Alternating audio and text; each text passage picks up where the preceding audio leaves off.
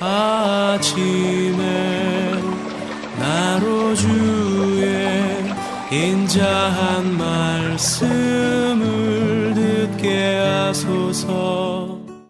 성도 여러분 안녕하세요. 목요일입니다. 오늘도 하나님의 은총이 여러분들의 삶의 자리 가운데 가득한 날 되기를 간절히 소망합니다. 말씀 한 곳 봅니다.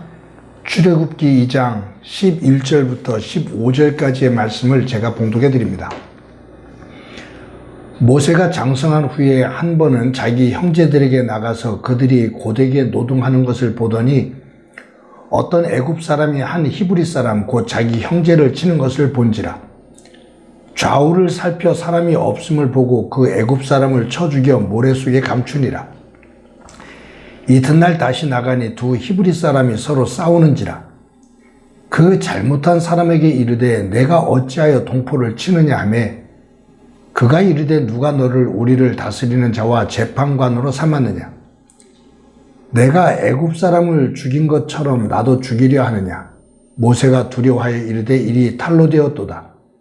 바로가 이 일을 듣고 모세를 죽이고자 하여 찾는지라. 모세가 바로의 낯을 피하여 미디안 땅에 머물며 하루는 우물 곁에 앉았더라. 아멘.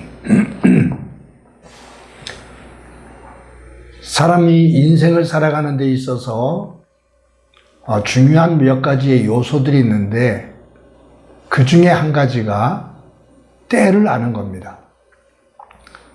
어른들이 모든 것은 때가 있다라고 말해요. 일해야 될 때가 있고 쉴 때가 있습니다. 배울 때가 있고 가르칠 때가 있습니다. 가야 될 때가 있고 멈춰야 될 때가 있고요. 웃어야 될 때가 있고 울어야 할 때가 있습니다. 무언가를 잡아야 될 때가 있고 놔줘야 될 때가 있고요. 날 때가 있다면 죽을 때가 있습니다. 그래서 전도서 저자는 전도서 3장 1절에서 범사의 기한이 있고 천하 만물이 만사가 다 때가 있나니 라고 말하면서 그 때에 대해서 쭉 이야기를 합니다. 때를 잘 맞춰 사는 사람이 지혜로운 사람이다 그 말이에요. 예수님께서 기적과 이적을 행하실 때도 그냥 아무 때나 하지 않으셨습니다. 기적을 행하실 때를 보면 하나님의 구원의 역사, 그 역사를 이루는 그 시점, 그 사건, 그 기적을 통해서 전달하고자 하는 내용이 분명할 때 예수님은 기적을 행하셨습니다. 예수님을 따르는 많은 사람들이 자기들이 원하는 때, 자기들이 원하는 것을 아무 때나 요청을 했습니다. 그때 예수님께서는 아직 내 때가 아니다 라고 말씀하시기도 했어요. 그러면서 십자가를 지고 골고다의 언덕에 오르시기 위해서 6월절에 예루살렘에 오르실 때는 내 때가 이르렀다 라고 말씀하십니다. 즉 내가 십자가를 지고 죽음을 통해 인류를 구원할 때가 되었다 그 말이에요. 그런 면에서 볼 때 예수님의 때의 기준은 하나님의 구원의 역사, 하나님의 마음을 중심으로 해서 그 때를 이루어 가셨습니다. 오늘 본문에 보면 모세가 이제 장성했다라고 말합니다. 성경을 조금 더 읽어보면 모세의 나이가 40이 되었습니다. 이제 궁정에서 40년 동안 왕자로 자라면서 한 지도자로서 갖춰야 될 모든 어떤 덕목들, 어떤 용기, 군사력, 외교, 정치 이런 것들을 이제는 다 훈련이 되어져서 바로 왕의 뒤를 이어 왕이 될 수 있는 후계자가 되어지는 그런 자리까지 올랐습니다. 모세의 앞길이 활짝 열려진 것처럼 보였어요. 그런데 모세는 다른 길을 선택합니다.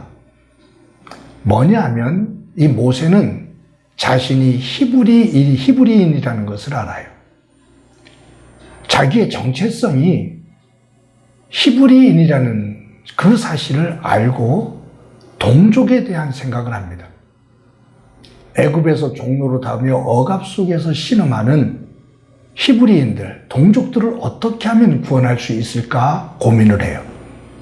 결국 그는 애굽의 왕자이기보다 동족인 히브리인의 어떤 구원자, 그들의 지도자로 서기로 마음을 먹습니다. 그런데 어느 날 애국 군사를 죽인 것이 드러나면서 동족들 가운데 이 모세에게 거부감을 가지고 있었던 사람들이 너를 언제 우리의 지도자로 삼았느냐? 네가 어느 순간부터 우리의 재판장이 되려고 하느냐? 누가 세웠냐? 라고 다부치면서 너 애국 군사를 죽이더니 우리까지 나까지 죽이려고 하느냐? 라고 대들어요. 그때 모세가 그 상황이 만천하에 드러난 그 사실을 깨닫고 두려워합니다. 그런데 이 사실을 알게 된 바로 왕이 모세를 죽이려고 해요. 그때 모세가 도망을 갑니다. 호롤단신 미디안 광야로 도망을 가서 이드로라는 사람을 만나고 그 집에 사실은 대릴사위로 들어가요. 그래서 그 집에 양을 치면서 40년 동안 지내게 됩니다. 나중에 이제 제가 설명을 하겠지만 광야, 미디안 광야에서 40년, 그것은 모세에게 커다란 하나님 앞에 쓰임받는 과정에 있어서 커다란 또 다른 교육의 장이 됩니다. 아무튼 이 본문에서 보면 때를 중심으로 볼 때 모세는 자신의 때가 왔다라고 생각을 했어요. 근데 모세가 내가 일어나야 될 때가 왔다라고 생각할 때 그 기준이 뭐냐 하면 자신이 힘을 가지고 있을 때, 강한 힘, 이 정도의 힘이면 모든 것을 다 할 수 있어 라는 자신감으로 충만해 있을 때, 그때를 자신의 때라고 여긴 거예요. 근데 하나님은 아니었습니다. 하나님은 모세가 내가 할 수 있어, 이만한 능력이면 돼 라고 생각할 때가 하나님의 때가 아니라 하나님이 기다리는 때는 어느 때였냐면 모세가 나는 할 수가 없습니다. 나에게는 그런 능력이 없습니다 라고 고백할 때, 그때를 기다리셔요. 모세가 스스로가 일어날 때 그것은 자신의 힘을 자랑할 수 있을 때였습니다. 교만할 때였습니다.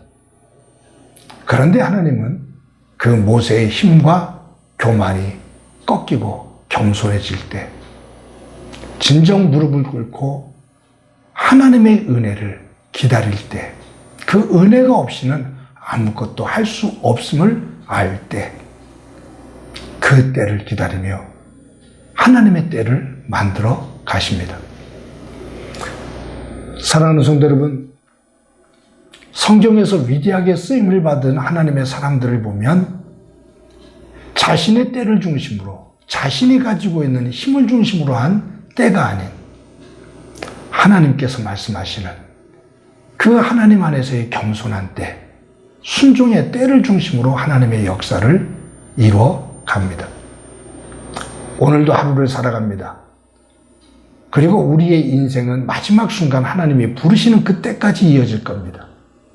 그러나 그 때, 지혜를 가지고 하나님 안에서 해야 될 일과 하지 말아야 될 일, 할 말과 하지 말아야 될 말, 머물러야 될 때와 머물지 말아야 될 때, 이런 때를 하나님 중심으로 잘 구분하며 우리의 삶의 자리를 하나님께서 기뻐하시는 영역으로 다듬어 세워나가는 은혜가 충만한 한날이 되기를 간절히 소망합니다. 한번 기도합니다.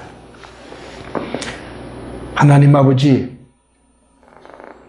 모세가 자신이 일어날 수 있는, 일어날 때라고 생각을 할 때 하나님은 기다리시며 하나님의 때를 만들어 가심을 봅니다. 저희들 오늘 하루도 살고 또 마지막 순간까지 살아갈 때 순간순간 그 때를 잘 구분하며 하나님 주시는 지혜를 가지고 우리의 삶의 자리를 하나님께서 역사하시는 자리로 만들어 갈 수 있도록 은총 베풀어 주옵소서. 오늘도 주께서 우리와 함께 해주시리라 믿고 예수님의 이름으로 기도드립니다. 아멘.